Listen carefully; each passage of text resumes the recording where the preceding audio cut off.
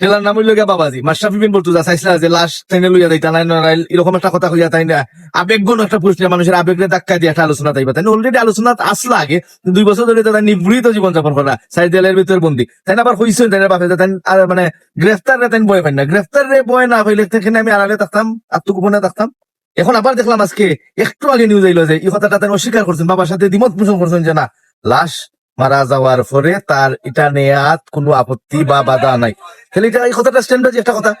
তাইনের বাপে যে তাইনের কথাটা কইছেন তার সাথে না কইলে বাপে বসে কইতা না। এখন আবার যে সময় দেখা গেল যে না সোশ্যাল মিডিয়া বিভিন্ন ভাবে এটা নেগেটিভ ভাবে এবং তাইনের উদ্দেশ্য অনেকে ধরে লিছে, তখন আবার কে হলেন আমি কথা তো কইছি না, আমি কথার সাথে একমত না, এই কথাটা উইথড্র কইরা সাক্ষাৎকারের অংশটা খাটাও যার ঠিক আছে তা তো ঠিক আছে কি। কারণ মানে এটা বুঝতে তোরা ভাই আসলে অনেকে কইবা যে আমি এরকম মাটির সমালোচনা করবা করলে করতে পারেন, কিন্তু বিষয়টা তো সত্য। মুবেও কার সাথে বিষয়টা তো ভালো আসিল না, ভালো হইছিল না, এবং আত্মগোপনও 2 বছর ধরে আলোচনা নাই।